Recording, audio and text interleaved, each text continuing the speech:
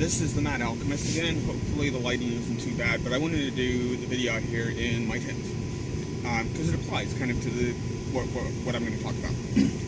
So yesterday, I was out, and I was out in the smoking area, and someone I knew came up, and no one else had been out there, so I was watching videos on my phone, specifically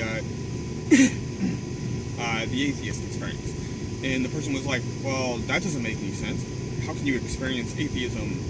And there's a couple of routes I could see where he was going, or I think maybe what he was thinking, or how people like that think, the theists. One is, with that, then, to them, experiencing God, the supernatural, is the most important thing. Everything else pales in comparison to that. And somehow I think they stretch this into, well, if you can't experience God, then you can't experience anything, which doesn't really make any sense. So, giving the benefit of the doubt, maybe he meant, like, how can you experience a negative?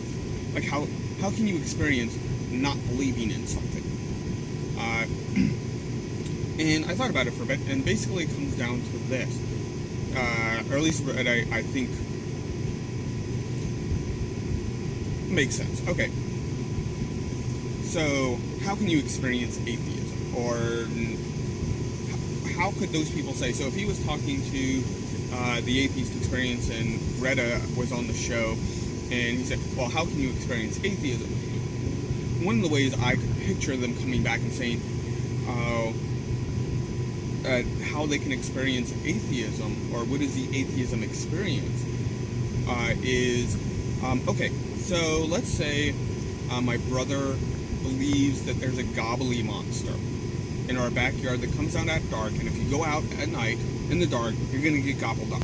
He believes in the gobbly monster. I don't believe in the gobbly monster.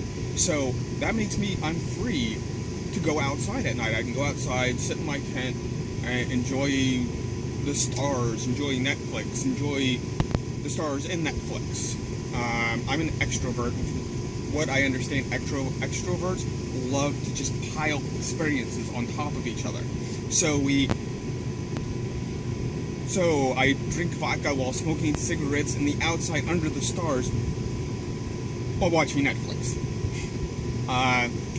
Not believing in that thing gives me the ability to experience things that are real. Like sitting outside under the stars, or doing any kind of number of things under the stars. I mean, if you look at poets, doing stuff under the stars is apparently a really important thing, but my brother would never be able to experience that, because he believes in the gobbly monster. He doesn't, I made this up.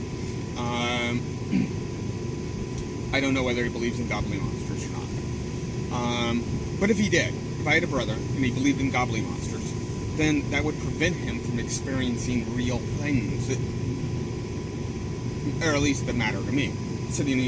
Being outside at night, in my tent. It's a nice tent. I got this giant tent. It holds, like, apparently 10 people. That means I can have a chair. I have carpet and a table, and obviously my camera is being suspended or is on top of something that's on the table. So I get to get all of these experiences that another person who would believe in the gobbly monster never gets to have. And so you can have an atheism or an agnostic, or I just don't believe in the religion experiences, is because belief in those things hinders people. So they don't go out and experience the real things because they're too busy experiencing the things that aren't real. So they could potentially argue they're the only ones actually having real experiences, because what they're experiencing is real, is falsifiable. I mean, it allows them that lack of belief in a dude God or a baby Jesus, allows them to go out into life and experience all of these things and to be who they are, that the religious people, they can't do that stuff. Okay, hopefully that's not too long. Hopefully someone enjoys it. Bam.